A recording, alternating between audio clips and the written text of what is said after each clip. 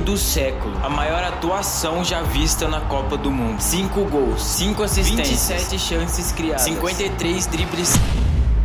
No vídeo de hoje, 3 das maiores atuações individuais da história da Copa do Mundo. Só pra avisar, rapaziada, só coloquei 3 e tem milhares, então a gente pode fazer mais vídeos sobre isso no futuro. Sem mais, bora começar logo. A habilidade de enganar os adversários para chegar no objetivo e entreter os torcedores. Essa frase descreveria perfeitamente o Mané Garrincha, um dos mais revolucionários a jogar o jogo. Em 58 ele foi campeão na primeira Copa que o Brasil venceu, fazendo uma dupla histórica com o Pelé, mas o seu auge pela seleção brasileira aconteceu 4 anos depois disso, em 62. Na primeira partida do Brasil na Copa contra o México, apesar de não fazer nenhum gol, Garrincha já conseguiu um feito histórico que não foi superado até hoje. Ele executou a maior quantidade de dribles completos numa única partida de Copa do Mundo, com 18 dribles. Mas na partida seguinte, contra a Tchecoslováquia, veio o evento que mostrou a Garrincha que o país dependeria dele naquele momento. Pelé, a principal estrela da seleção brasileira, se lesionou de forma que não se recuperaria a tempo de terminar a Copa. E para piorar a situação, o jogo acabou em empate. Então o Brasil precisaria vencer o seu próximo jogo contra a Espanha, que tinha nada mais nada menos que Ferenc Puskás como seu principal jogador. No jogo de pressão e problemas de arbitragem, o Brasil empatava novamente contra a Espanha em 1-1. E para garantir a classificação, numa jogada pela ponta direita, já terminando o segundo tempo, Garrincha driblou 2 espanhóis e fez um cruzamento certeiro para Amarildo, que substituía Pelé, só empurrar para o gol e garantiu o Brasil nas quartas de finais. Na próxima fase, o Brasil enfrentava a Inglaterra, os criadores do esporte. Num lance raro, Garrincha faz um gol de cabeça para desequilibrar a partida entre as duas seleções, aos 31 minutos, mas acabou não sendo suficiente, porque a Inglaterra empatou antes mesmo do primeiro tempo acabar. Já no começo da segunda etapa, numa falta bem batida por Garrincha, o goleiro dá o rebote e Vavá faz o gol pro Brasil sair na frente de novo. Para terminar de enterrar os ingleses, Garrincha aos 59 minutos faz um golaço num chute de longa distância e o jogo termina 3-1. Nas semifinais, como um gênio que é, ele decidiu novamente pro Brasil, contra o anfitrião da Copa, o Chile, que não poderia fazer feio. Mané aos 9 minutos fez um golaço de fora da área com a perna não dominante e aos 32 minutos novamente ele de cabeça, 2-0 pro Brasil, mas o Chile não facilitaria e fez o 2-1. O 3-1 veio dos pés de Garrincha numa assistência para Vavá. Na manhã da decisão contra a Tchecoslováquia, Garrincha amanheceu com febre alta, mas isso não foi motivo para que impedisse ele de jogar a final. Garrincha foi decisivo quando a sua seleção mais precisou dele e desempenhou uma das maiores atuações individuais da história das Copas. Ele esteve entre os artilheiros dessa edição e é lembrado até hoje pelas partidas contra o Chile e Inglaterra.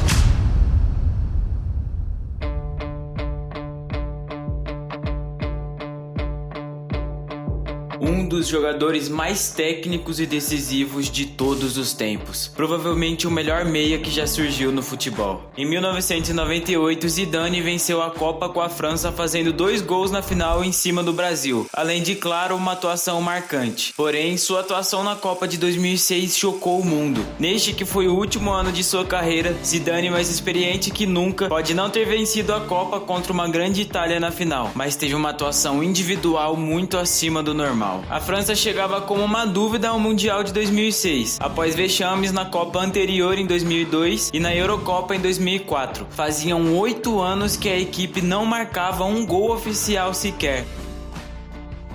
Zidane teve uma fase de grupos muito apagada, inclusive nem participou do último jogo porque ele tinha recebido o 2º cartão amarelo. Mas a história é diferente a partir das oitavas. A França enfrentaria a Espanha na próxima fase, que vinha com aproveitamento de 100%. Muito cobrado, o Zidane começou a dar mais resultado. Depois de iniciada a partida das oitavas, Thuram fez um pênalti e o jovem David Villa converteu a cobrança. E aí a França saía atrás no placar. Depois de um belo gol de Ribéry aos 40 minutos, o jogo permaneceu empatado o segundo tempo inteiro, até que o Zidane cobrou uma falta para a área e a zaga acabou afastando mal. Então o Vieira fez o da virada. Minutos depois, Zidane enterrou os espanhóis com mais um gol, batendo no contrapé do goleiro e antes disso dando um corte seco no Puyol. E com essa vitória de 3-1, a França ia para as quartas. Seu próximo adversário era o Brasil, naquela partida que ninguém jamais vai esquecer. O dia em que o Zidane colocou os maiores craques brasileiros da época no bolso. Parecia que ele tinha controle sobre tudo o que acontecia dentro do campo. O Brasil vinha invicto, mas aos 12 minutos Zidane cobrou uma falta direto na área para Thierry Henry, que sozinho no segundo poste fez o gol da classificação para a França. Entretanto, a atuação de Zidane foi o que chamou mais atenção. Eram dribles, arrancadas, achadas e tudo com aquela clássica elegância, mostrando que ele ainda era um carrasco do Brasil. Na semifinal, a França enfrentaria Portugal, que era tida como sensação daquela Copa. No jogo de muita pressão dos portugueses e difícil para a França, Zidane converteu um pênalti sofrido por Henry, que foi o que eliminou a seleção de Portugal. E a França estava pronta para ir à final, com seu líder técnico e capitão fazendo mais uma atuação de gala para tentar conquistar a sua segunda Copa na história. Na partida final da Copa de 2006, a França tinha como oponente uma Itália de uma geração de craques. Buffon, Pirlo, Cannavaro e Totti eram só alguns nomes daquele elenco. E este foi um grande jogo. Zidane novamente com uma grande atuação abriu o placar de pênalti, mas não um pênalti comum, uma cavadinha na final da Copa do Mundo em cima de um dos melhores goleiros da época, o Buffon. Simplesmente histórico. Mas não durou muito, porque aos 19 minutos Pirlo cobrou um escanteio perfeito e Materazzi cabeceou pro gol. 1-1 Itália e França. O jogo continuou muito difícil para as duas equipes, tanto que o tempo normal não foi o suficiente e a partida foi para prorrogação. Logo nos primeiros minutos, Zidane obriga Buffon a fazer uma defesa milagrosa com um cabeceio, até que na segunda parte da prorrogação acontece o lance que marcou a carreira do Zidane, a cabeçada em Materazzi, que causou a sua expulsão e em seguida a derrota da França nos pênaltis. Zidane foi eleito o craque da Copa e deu fim ao seu ciclo como atleta, jogando os últimos jogos de sua carreira no mais alto nível do futebol.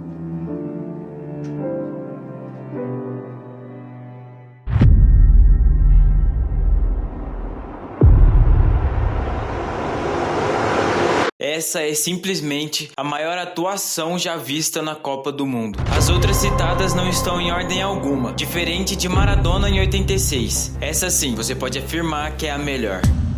Todo mundo sabia naquela época que a Argentina não era favorita à disputa do título no México. Brasil, com anos de jejum, Alemanha ou Itália estavam muito mais próximos em questão de favoritismo do que a Argentina. Mas em 86, o primeiro adversário a ser enfrentado nessa jornada seria a Coreia do Sul, pela fase de grupos. Num lance de muita inteligência, Maradona toca na sobra da falta que ele mesmo cobrou para Valdano, que ficou sozinho na cara do gol. Além disso, Maradona deu outras duas assistências nessa vitória que foi por 3-1. Na segunda partida, a Argentina empatou com a Itália e Maradona fez seu primeiro gol naquela Copa. Pela última partida da fase de grupos, Maradona deu mais uma assistência num cruzamento para seu companheiro no segundo poste sozinho. 2-0 Argentina e Bulgária.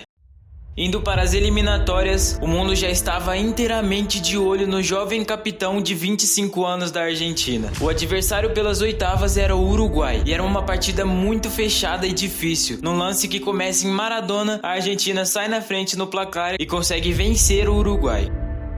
Na próxima fase, pelas quartas de final, a Argentina de Maradona enfrentaria a Inglaterra no Estádio Azteca, um marco na história do futebol. Toda a tensão daquela Copa, que envolvia até mesmo a vingança pela Guerra das Ilhas Malvinas, Maradona transformaria em genialidade. O argentino marcou aquele que é dado como o gol do século por muitos e considerado o gol mais bonito da história das Copas e um dos mais relevantes da história do futebol. Ele percorreu metade do campo, driblou 5 jogadores ingleses e ainda driblou o goleiro para finalizar, perante um estádio lotado, com os olhos do mundo todo voltados para si. Antes disso, teve o famoso gol de mão na disputa contra o goleiro da Inglaterra. Aos 81 dessa partida, algumas esperanças ainda estavam vivas com um gol de Lineker para a Inglaterra, mas a sentença já estava dada. Depois de tantos jogos difíceis, parecia que o caminho seria facilitado contra uma Bélgica que era muito desacreditada na época. Todo mundo dava a Argentina como favorita, mas às vezes nunca é bom ter tanto favoritismo, principalmente numa Copa do Mundo. E na próxima partida você vai ver isso com seus próprios olhos. O primeiro tempo foi muito cansativo para a Argentina e a Bélgica fazia jogo duro. Voltando para a segunda etapa, Maradona se encontrou e marcou 2 golaços. Novamente driblou múltiplos jogadores e em outro lance deu uma cavadinha apenas para tirar do goleiro. Na partida final, Provavelmente um adversário que muitos não gostariam de enfrentar, a Alemanha de Beckenbauer. De volta ao glorioso estádio Azteca, Lothar Matthäus fazia cobertura constante em cima de Maradona. Braun, da Argentina, abriu o placar e Valdano fez o outro. Até os 74 a Argentina vencia por 2-0, mas a Alemanha foi buscar o empate e conseguiu aos 81 com Voller. Matthäus continuava incessantemente na marcação ao Maradona, mas se descuidou por um momento e foi o erro que Maradona precisou para executar um passe de gênio e colocar seu companheiro na cara do gol. Fim de jogo, Argentina 3, Alemanha 2. E o Maradona viraria Deus na Argentina a partir daí. 4 gols nas eliminatórias, um passe absurdo e muitas histórias. A vida é feita de histórias e o nosso canal também. Se você gostou desse vídeo, te peço para dar uma força e ajudar a gente a crescer ainda mais nesse YouTube. Cada dia que passa a gente tem aumentado o número de inscritos e é tudo graças a vocês. Enfim, rapaziada, tamo junto, eu sou o George, esse 100% atualizado e tchau!